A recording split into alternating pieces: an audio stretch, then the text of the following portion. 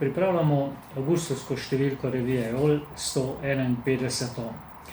Najprej v dveh energetskih intervjujih. Magister Aleksander Mrvar iz Elesa napoveduje višjo ceno elektrike. Glede zelenega prehoda energetskega sistema in zapiranja termoelektrarne Šoštanj pa je trdno prepričan, da rešitev ne bo čez noč. Še več, po njegovem Slovenija prehiteva s celovitim pristopom na obnovljive vire energije. Posebna energetska zgodba pa je termoelektrarna Šoštanj, ki je zaprosila za okoljsko dovoljenje za sežig nenevarnih odpadkov v Tešu. Dr. Viktor Vračar zelo odkrito govori o položaju podjetja in pravi, da zgodba o sežigu nenevarnih odpadkov še sploh ni končana. Pravi, da postopek še poteka in da bo morala zlasti stroka temeljito predstaviti javnosti natančne podatke o vplivu sežiga odpadkov na okolje.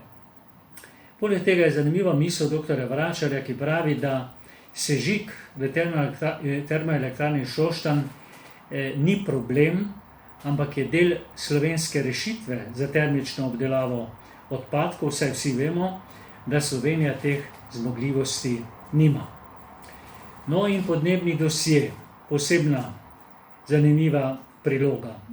V središču bo podnebno ogledalo 2020. Temeljno vprašanje, kaj je z razogljičenjem Slovenije in ali smo sploh še začeli izpolnjevati tisto, kar je priporočal NEPN.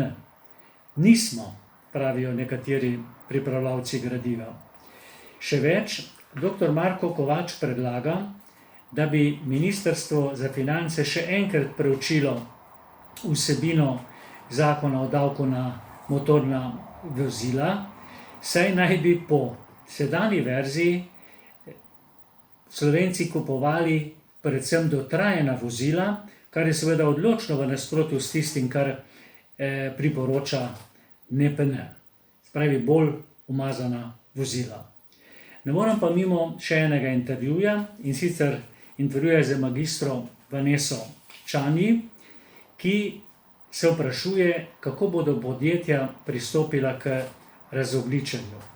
Ali jih bo k temu prisilil davek na ogljik, do česar bo zagotovo prišlo, ali pa je dobra rešitev pravočasni odgovor na drugačen poslovni model, ne pa davek na ogljik.